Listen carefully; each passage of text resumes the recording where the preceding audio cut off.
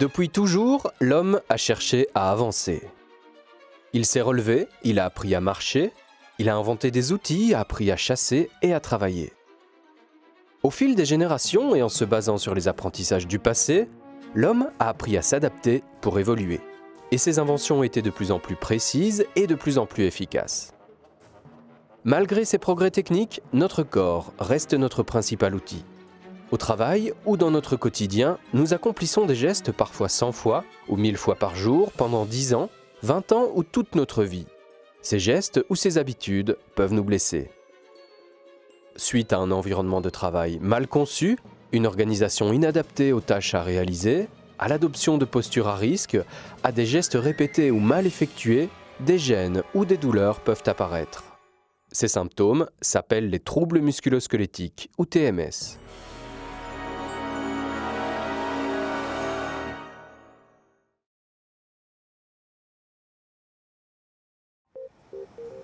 Je m'appelle Pierre. Je travaille dans une grande enseigne de vêtements de sport.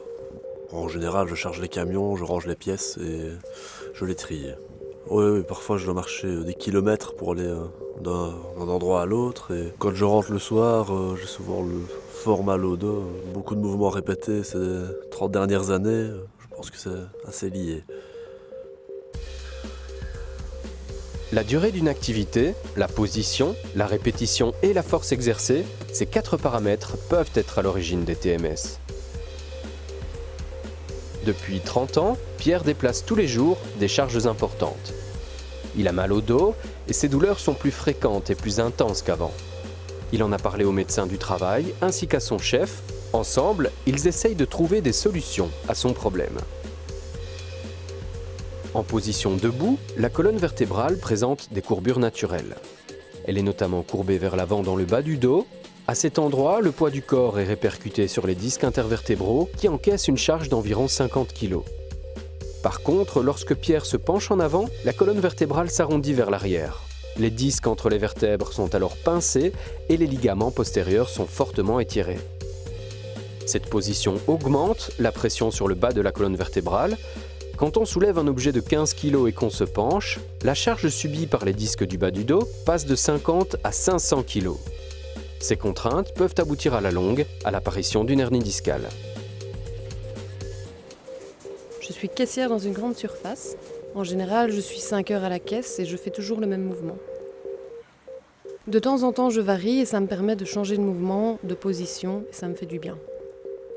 Certains clients sont parfois de mauvaise humeur et moi, je dois garder le sourire et être toujours de bonne humeur.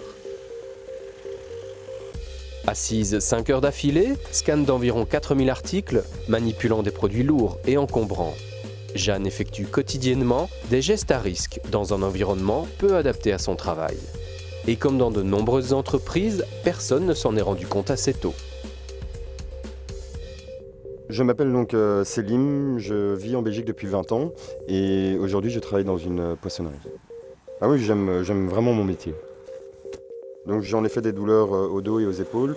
J'en ai parlé à mon patron et ici aujourd'hui nous essayons de trouver ensemble des solutions pour aménager mon travail au quotidien. Selim déplace des caissons lourds, ce qui a un effet dommageable sur sa colonne vertébrale, ses bras, ses épaules et sa nuque. Certaines positions sont plus pénibles à maintenir que d'autres, car ces mauvaises postures étirent les ligaments, les tendons et les muscles. La répétition des gestes qu'il effectue augmente la charge et la pression sur ses articulations. Ce sont toujours les mêmes parties du corps qui sont sollicitées tout au long de la journée, sans qu'il ait de temps de récupération suffisant. Une organisation mal réfléchie et une mauvaise disposition de son environnement de travail rendent sa tâche encore plus difficile. Je m'appelle Anne-Lise et j'ai 29 ans. Je travaille comme secrétaire dans un bureau d'experts comptables. Je m'occupe de toutes les factures, je réponds aux questions des clients par téléphone, je réalise de l'encodage de données et je prépare beaucoup de réunions. Depuis quelques temps, j'ai des douleurs au cou et au poignet droit. Pour lire son écran qui est situé trop bas, Anne-Lise adopte une position statique. Les contractions musculaires maintenues au niveau de sa nuque et de ses épaules peuvent entraîner à long terme des douleurs persistantes, comme celles qu'elle ressent au cou. Les douleurs au niveau de son poignet droit ont été diagnostiquées, c'est le syndrome du canal carpien. L'appui continuel du poignet sur la table et l'utilisation intensive du clavier et de la souris provoquent un gonflement des tendons dans le tunnel carpien qui ne peut s'étendre. Le nerf qui passe aussi par ce canal est comprimé. Des douleurs et des fourmillements apparaissent alors aux 3 premiers doigts, ce qui peut provoquer une perte de force et de sensibilité. Le manque de temps, les nombreuses tâches à effectuer pendant la journée, les délais serrés pour les accomplir sont des situations de stress qui augmentent la contraction des muscles et empêchent d'adopter de bonnes positions. De même, les facteurs environnementaux tels que le bruit, la lumière, les vibrations des machines et bien d'autres éléments extérieurs peuvent conduire plus rapidement à l'apparition des troubles musculo-squelettiques. Ces troubles sont d'ailleurs en constante augmentation.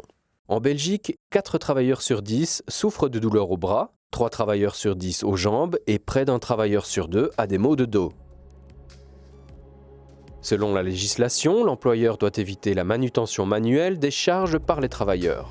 Si cela n'est pas toujours possible, il doit alors évaluer le travail et réduire les risques, notamment en revoyant l'organisation et en aménageant et en adaptant le poste de travail.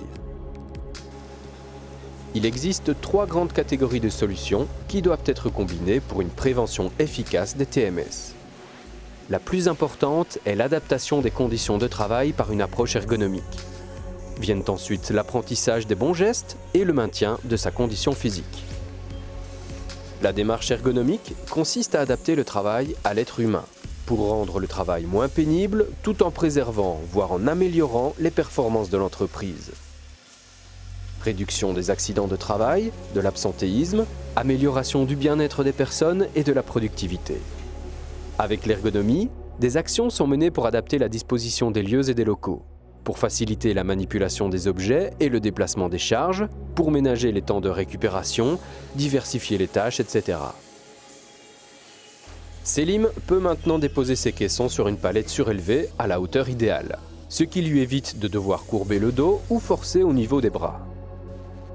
Pierre dispose d'un tapis roulant à longueur réglable. Dans cette situation, la charge pour le dos est nettement réduite et passe de 500 kg en position penchée en avant à 140 kg lorsque le colis est saisi à la bonne hauteur. Ces risques de blessures au dos sont désormais réduits. Comme pour beaucoup de métiers, celui de secrétaire demande de rester assis de très longues périodes. Pour ne pas se faire mal, il est important de régler son siège selon les courbures naturelles du dos, de sa morphologie. Il est également conseillé de changer régulièrement de position. La table et le siège d'Anne-Lise étant réglés à la bonne hauteur, le placement de sa tête et de son dos respecte dorénavant la position idéale de la nuque. Se déplacer trop souvent avec des charges en main fatigue le dos et les bras et entraîne une fatigue générale et donc une moins bonne vigilance.